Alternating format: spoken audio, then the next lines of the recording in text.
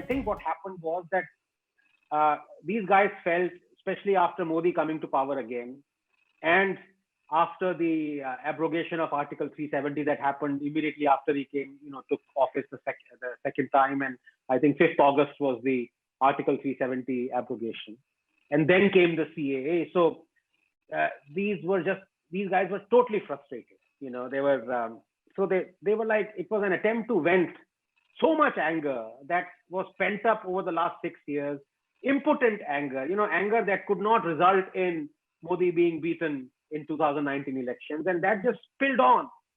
And in a very strange way, the BJP also supported it because it was clearly an illegal protest. They had blocked the road. They were inconveniencing millions of commuters, Delhiites. It was clearly Hindu-phobic. All that anger that came out was pure Hindu-phobia, and there were calls, five-year-old children saying, "We're going to kill Modi. I'm going to kill Amit Shah."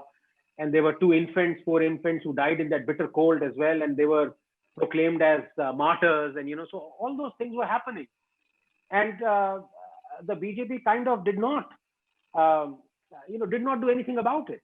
So I still don't know the reason why. I think they thought that maybe it's going to translate into so much anger against this that it's going to help them. Ultimately, they're also politicians. They're not doodh ke dhula koi nahi. So, but it actually led to riots. So I think had they acted swiftly in November, the riots wouldn't have happened. But again, CAA again was, as you mentioned, it was Congress and Communist CPIM resolutions saying that they wanted something very similar. When they were in power in 2012, 2015, their resolutions were that Bangladeshi minorities should be given an asylum in India. Now, who are Bangladeshi minorities? Are they Muslims? No, because Bangladeshi, majority it's a Muslim majority country. So the minorities are Hindus and Christians and Sikhs, or whatever little Sikhs there are, few Sikhs there are. So when Congress and CPIM wanted that, then it was fine, But when BJP, kind of said that this is going to happen, and why should? Because and we've seen over the last 30, 40 years, I dug out so much data on the population census and all those things. I mean, I can't even remember half of it now. Plus, the fact of the matter is that this was an amnesty scheme, This was not, it was, I think, December 31st, 2014. Before that, whoever had, I can't even remember the specifics, I'm afraid, because as I said, so much water has flown under the bridge since then. But the fact was, this was a purely propaganda and false narrative driven protest. And it was a protest to make Muslims kind of, quote unquote, stand up against the power of a state. Almost like what happened in Direct Action Day. It was almost kind of to bring back that ghosts of Jinnah.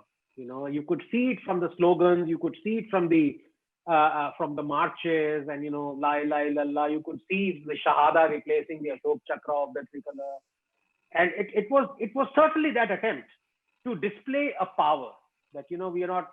Of course, I don't consider them as a minority, but it was they themselves say that they are a minority. They're not. I mean, if you look at Kashmir, 95% Muslim Kashmir Valley, and but this was certainly an attempt to display that power. And you saw journalists saying that abhi aap Hindus ko bhi isme shamil hone de, abhi wait kare jab hame power milegi. So all those kind of things were were happening in 1940s.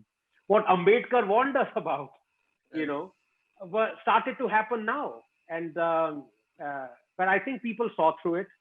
And what I would say is that the coronavirus and the lockdown kind of put an end to it. Otherwise, these protests would have continued, because you really can't stop this behemoth. Once you have religion and bigotry in the name of religion, and you have this kind of brotherhood coming together, God knows what comes. You really cannot predict. You can't predict what will happen, because that is based on the principles that are devoid of all facts. I mean, it's like saying that science. It's a science versus religion debate. It goes nowhere. you're not going to convince somebody that Jesus did not walk on water or of immaculate conception or a flying horse or so many other things. You just have to leave it in that.